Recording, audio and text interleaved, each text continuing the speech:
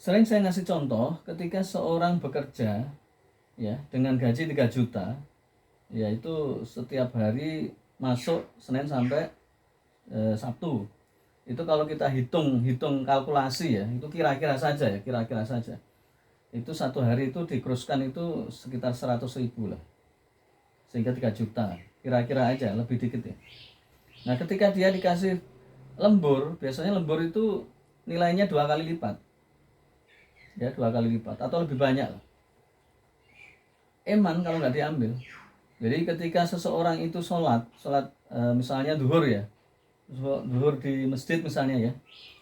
Nah kemudian tidak sholat tahiyatul masjid, tidak sholat qobliyah, tidak sholat ba'diyah, itu eman gitu loh. Eman itu eman ya, karena itu ziyadah, tambahan ya.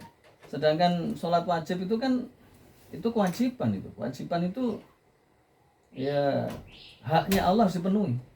Nah sedangkan sunnah itu adalah tambahan yang meningkatkan dia di hadapan Allah. Jadi orang kalau dapat tambahan banyak pasti akan dapat keutamaan.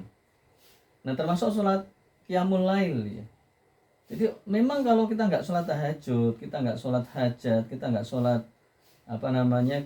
qiyamul lail, itu memang nggak apa-apa, nggak dosa, tapi eman gitu loh. Eman itu artinya kalau kita itu pengen menjadi orang-orang istimewa, maka sunnah itu harus dilakukan. Tentu wajib harus dulu ya. Nah sunnah-sunnah itu kemudian harus dilakukan. Kenapa orang dulu itu sampai begitunya, bahkan bukan sunnah, mubah aja tidak dilakukan ya. Maksudnya mubah itu diambil yang baik-baik saja. Ya, itu menjadi orang-orang yang istimewa di hadapan Allah. Jadi ada sampai begini ya, Ini saya kasih contoh ya. Jadi ada suatu saat Rasulullah itu menyampaikan, beliau itu ngisi pengajian itu kan seminggu sekali ya. Itu yang pasti ya. Yang nggak pasti itu beliau ngomong dasosnya terus diam, itu hadis semua itu. Nah suatu saat Rasulullah itu menyampaikan akan datang ahli surga kan gitu kan. Nah tiba-tiba benar ada orang itu ahli surga itu datang itu langsung datang ke Rasulullah, kemudian mendengarkan Rasulullah ceramah gitu kan, halakoh melingkar, dan itu diulang sampai 3 hari berturut-turut, akan datang ahli surga, orangnya sama itu, tapi dia nggak tahu kalau Rasulullah bilang gitu. Nah suatu saat ya, jadi Abdullah bin Umar atau Abdullah bin Abbas itu, saya agak sedikit lupa ya, tapi di antara keduanya itu penasaran orang ini disampaikan oleh Rasulullah itu ahli surga. Jadi sampai 3 kali itu 3 hari berturut-turut. Kemudian Abdullah bin Umar atau Abdullah bin Abbas ini penasaran apa amalan ini.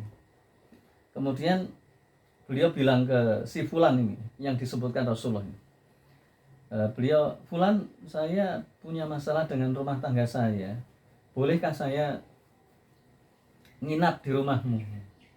Oh boleh. Ya tradisi Arab itu kan memang Masya Allah ya, yang Islami, yang tradisi yang dibangun di atas syariat Islam. Jadi bermalam itu kan 3 hari, haknya tamu ya, selebihnya itu sunnah, selebihnya itu pahala bagi tuan rumah, tapi haknya tamu itu 3 hari. Nah setelah nginap itu Abdullah bin Umar tadi tidak menemukan apa-apa yang istimewa. Bangun nggak sholat, terus kemudian kadang sholat ya, jadi ada kalanya sholat, ada kalanya enggak kan gitu. Terus wiridnya juga biasa-biasa saja kan. Terus nih, nah kemudian ditanya, sampai 3 hari selesai ya pulang ya. Kemudian dia terus terang, ya Kisana, ya Fulan, saya penasaran ini, Rasulullah menyampaikan kamu ini ahli surga ya. Terus kemudian sampai 3 hari, sedangkan saya itu sebenarnya nggak ada masalah, cuman saya penasaran apa yang menjadikan engkau disebut oleh Rasulullah sebagai ahli surga. Maka beliau mengatakan bahwa ya engkau ketahuilah ibadah saya biasa-biasa saja ya. Biasa-biasa saja itu ya sholat tahajud ya, kadang enggak ya, biasa-biasa saja ya, wirid biasa, nggak lama, nggak ini. Cuman saya itu pertama kalau ngomong mesti benar. Jadi beliau tidak ngomong kecuali benar. Benar itu maksudnya nggak mau ngomong sia-sia ya. apalagi salah ya, batil atau ya yang diharamkan. Yang kedua adalah tidak iri dengan orang ya, tidak iri dengan orang. Jadi selalu itu bersyukur pada Allah, tidak pernah ada rasa iri, hasad. Nah, maka Abdullah bin Umar itu sampai, Masya Allah, ini perkara yang sulit bagi kami. Sulit bagi kami itu, orang itu kalau kedudukannya tinggi, kan orang-orang Quraisy itu kan orang-orang yang kedudukannya tinggi ya, itu tidak akan bisa melakukan, kecuali orang-orang yang oleh Allah kasih petunjuk ya. Ya namanya iri jabatan, iri ini dan seterusnya. Nah seperti itu salah satu bentuk keutamaan ya. Jadi kalau ini cerita ini kan bab tentang kita dilarang iri dan dilarang ngomong kecuali yang ngomong yang benar ya. Jadi jangan iri, jangan ini, supaya kita menjadi orang-orang yang istimewa. Nah kalau yang lain, yang amalan yang sunnah itu adalah orang-orang yang memang berharap pada Allah yang luar biasa, sehingga dia melakukan perkara-perkara yang luar biasa ya. Baik, ada lagi yang ditanyakan, silakan.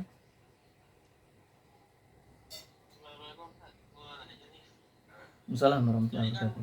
Masalah musyrik ya, itu kalau biar kita itu terhindar dari pemikiran musyrik itu gimana Ustaz? Terus kan ada tuh kadang-kadang ada orang tuh ini kadang-kadang dia punya benda nih, kayak misalnya kayak cincin atau gimana itu, ini gara-gara cincin nih kita rezekinya jadi lancar gitu, itu termasuk musyrik apa gimana Ustaz? Kadang dia pakai bando apa gimana nih, ininya rezekinya lancar gara-gara pakai bando gitu. Itu termasuk muslim apa gimana Ustaz? Iya. Cara kita biar terhindar dari pemikiran muslim itu gimana Ustaz? Iya betul. Iya, makanya penting ngaji ya. Ngaji itu tiap hari, maksudnya terus menerus ya.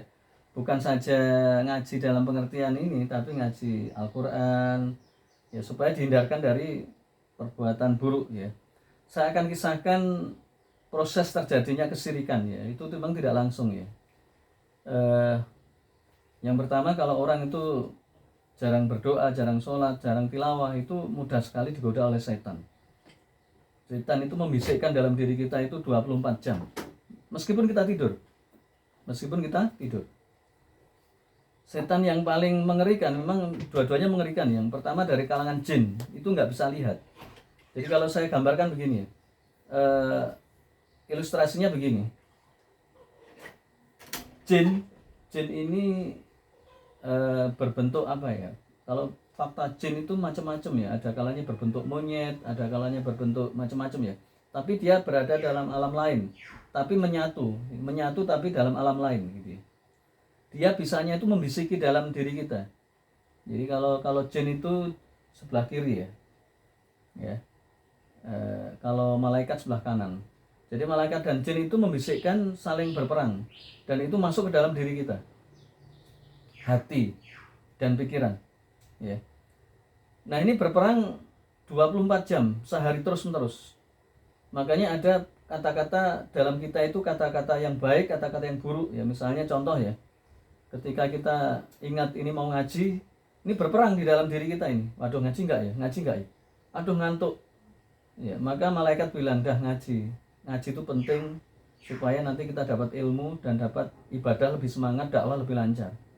Nafsu mengatakan, dan digunakan untuk jin ya, dah capek deh masa ngaji terus ya, kapan-kapan deh, apalagi nasi kebuli nggak ada, kita online ya, nasi kebulinya nggak ada, ini gimana nih ya.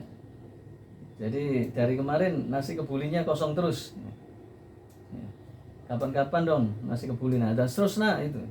Singkat kata, maka ketika malaikat dominan dan kita mohon pada Allah diberikan kebaikan, maka jin, setan ini bisa kita kalahkan ya.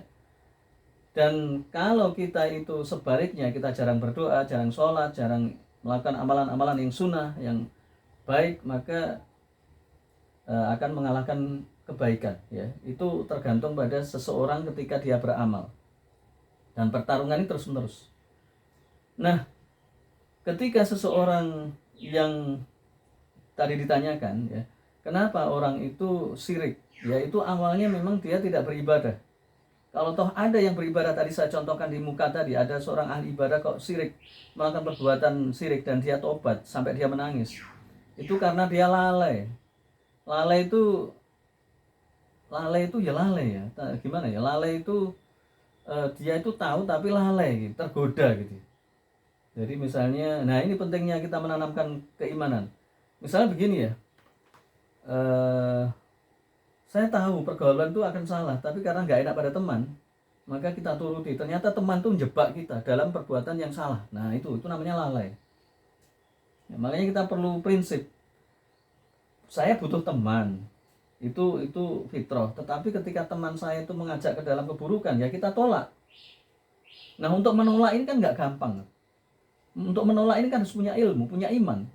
Dan iman itu dibangun di atas ilmu, bukan di atas prasangka. Kalau prasangka saja bisa salah.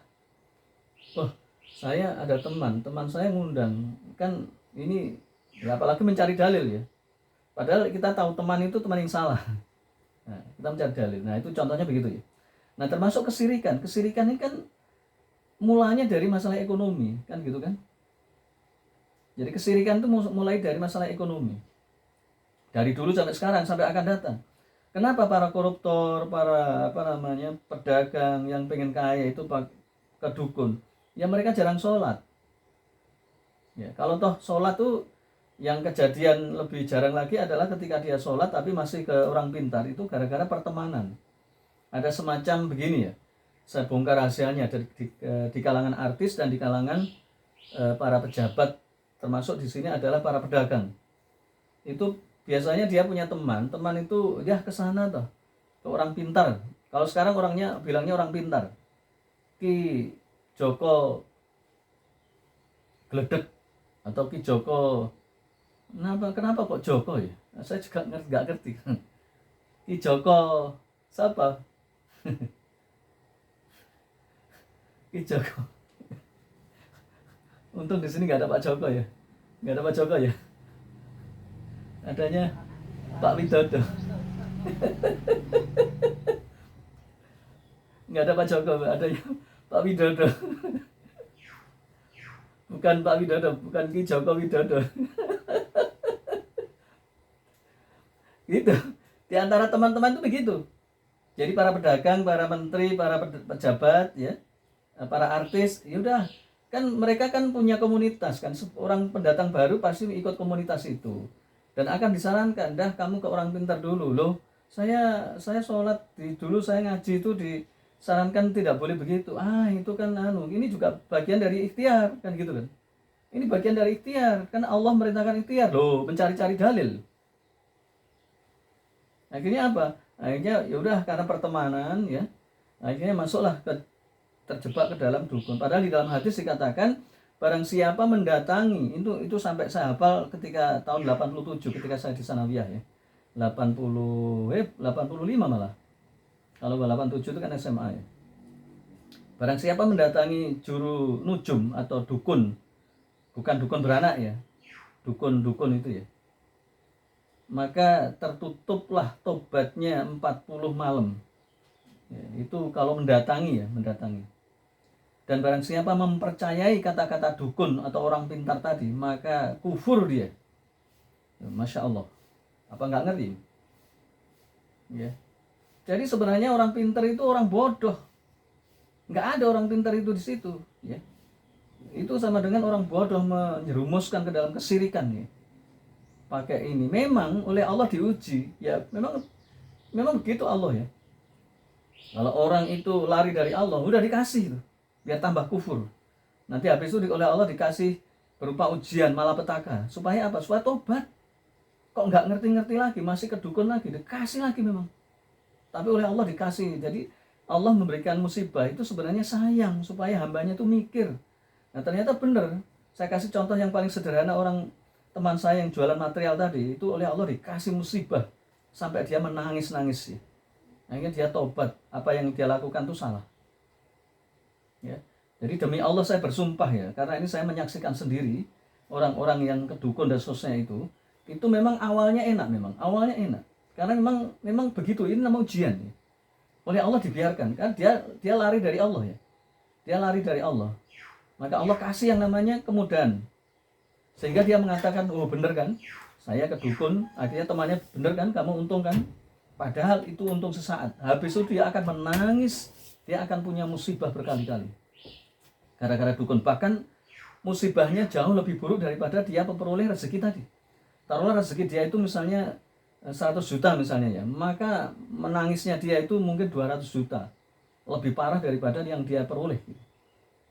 Nah, sehingga kuncinya apa? Kuncinya di sini adalah tawakal. Ya, pada Allah, ya, tawakal wakala yuwakilu ya. Itu menyerahkan diri pada Allah bahwa hidup kita, mati kita, rezeki kita mohon pada Allah terus-menerus. Caranya bagaimana?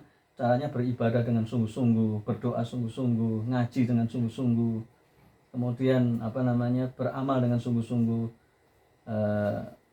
zikir dengan sungguh-sungguh, bahkan mintalah pada Allah, ya langsung minta pada Allah, ya.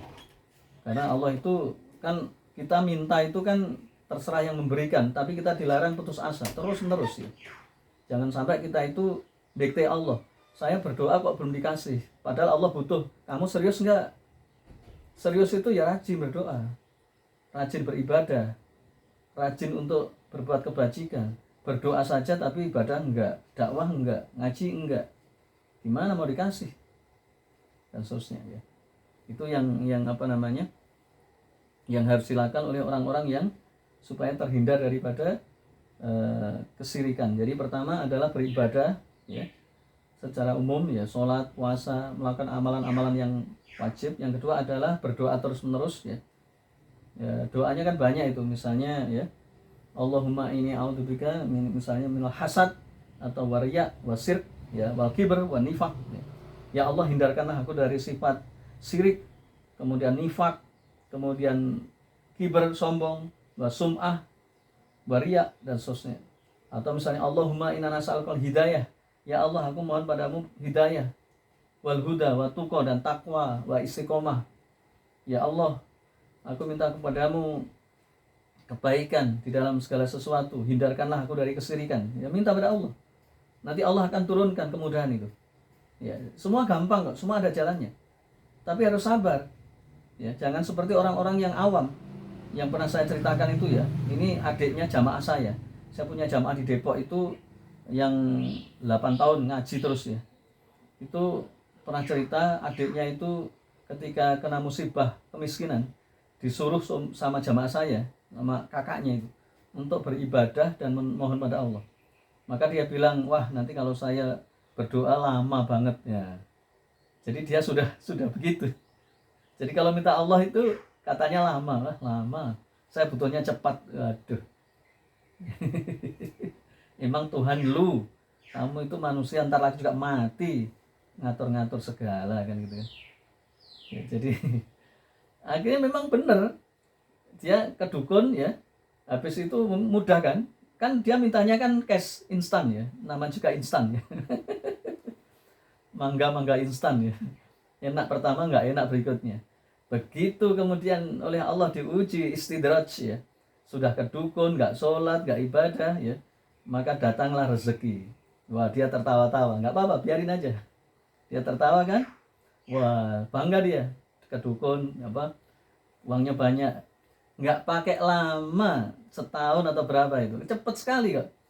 Hancur berantakan, rumah tangganya hancur, penyakitnya bertambah, wes pokoknya sedih. Ya apa nggak ngeri? Wah kalau saya cerita banyak. Ya saya tahu karena Masya Allah. Aduh. Itu ya Mas Angga ya. Mas Dayat, kok Mas Angga? Mas Dayat?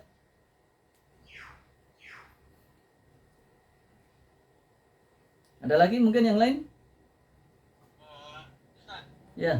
kalau yang berobat kayak tradisional gitu masuk musrik nggak Ustaz? Kayak kan ada tuh yang jadi apa? Ya, apaan tuh katanya yang transfer gitu kayak jadi transfer nih kayak sini ya kan? Itu termasuk musrik apa gimana Ustaz? Ada juga tuh yang berobat kan dikasih air putih aja gitu. Itu masuk musrik Ustaz? Pemisah musyrik atau tidak, ini kita bicara definisi musyrik. Musyrik itu orangnya yang melakukan perbuatan syirik, itu namanya musyrik. Kalau perbuatannya namanya syirik. Syirik itu dalam bahasa ya syarika syaroko ya, itu berserikat ya, itu menduakan. Jadi Allah diduakan namanya syirik ya. Nah, kemudian bentuk-bentuknya itu adalah ketika meyakini adanya kekuatan selain Allah. Ya, kekuatan itu bisa datangnya dari batu, dan kayak Poniran, tahu Poniran ya? Kasus Poniran tahu ya? Yang Jombang, Poniran Jombang. Ya, di Jombang itu terkenal dengan tahu ya, batu. Itu syirik. Karena sudah menganggap batu kan gini ya. Para pasiennya itu ngambil air, kemudian sama Poniran itu dicelupkan. Jadi pasiennya kan banyak itu ya. Celupkan. Batunya cuma dicelupkan. Nah, itu dia disugesti bahwa kekuatan datangnya dari batu. Itu nggak boleh. Itu syirik. Ya, syirik karena menganggap kekuatan itu dari batu ya. Padahal kekuatan dari Allah. Beda lagi dengan orang yang meyakini bahwa ya Allah, saya minta kesembuhan lewat. Nah, itu memang agak beda tipis ini, tapi sangat beda sekali ya. Misalnya begini, ketika kita sakit, kita istirahat, kita minum obat, jangan sampai obat ini menjadikan prasangka kita bahwa obat ini yang menyembuhkan. Ini nggak boleh. Ini syirik kecil tanpa sadar, dan memang harus dilatih.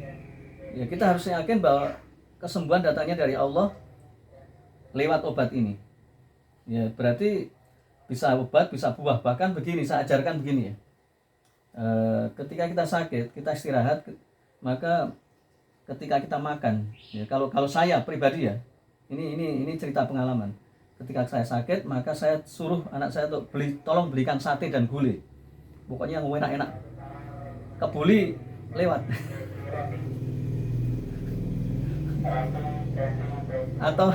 atau kalau sekarang kapau, pokoknya sesuatu yang enak lah.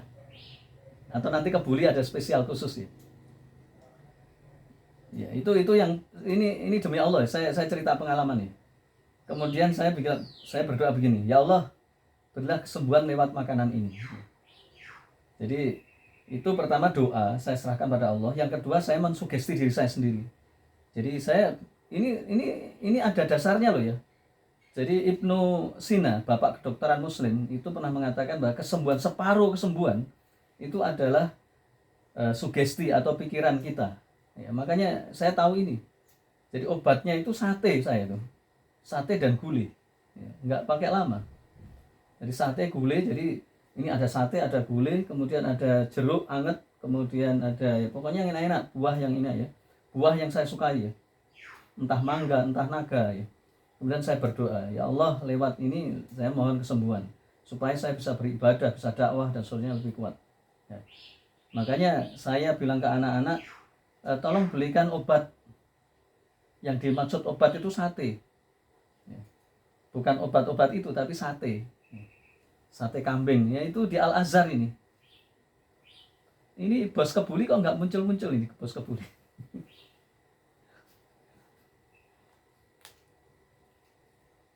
Ya.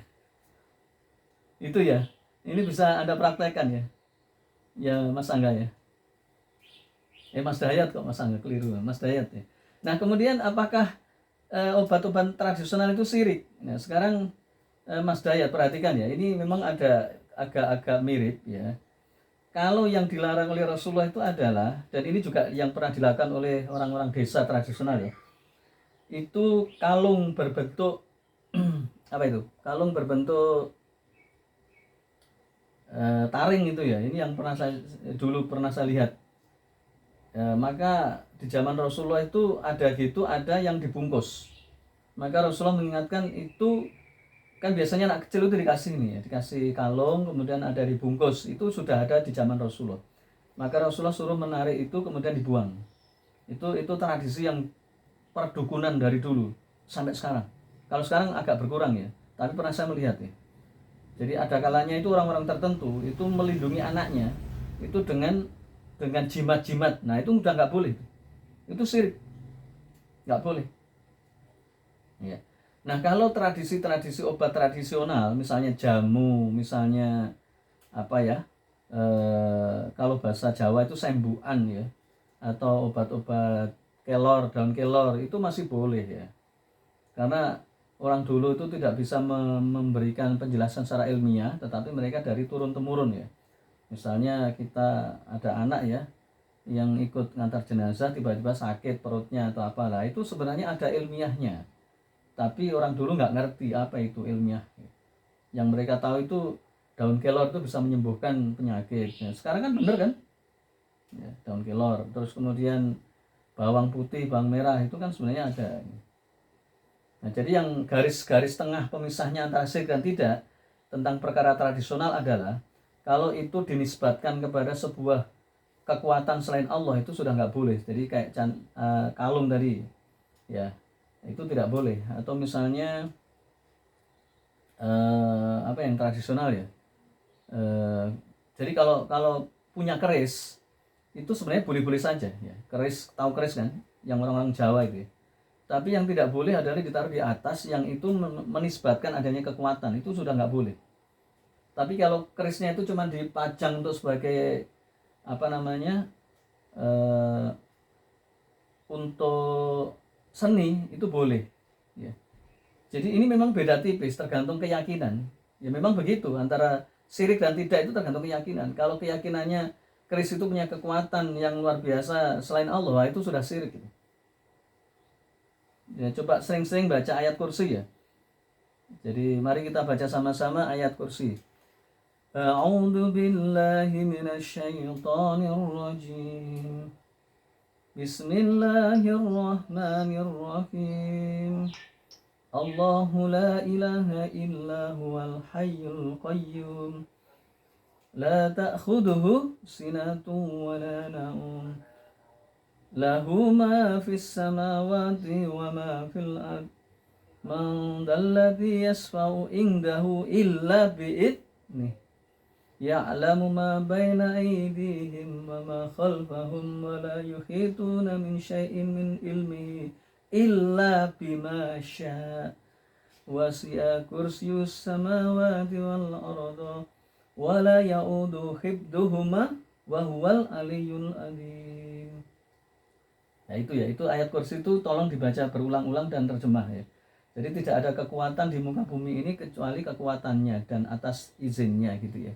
Jadi tidak boleh punya keyakinan bahwa ada kekuatan selain kekuatannya Allah. Itu ya, Mas Dayat.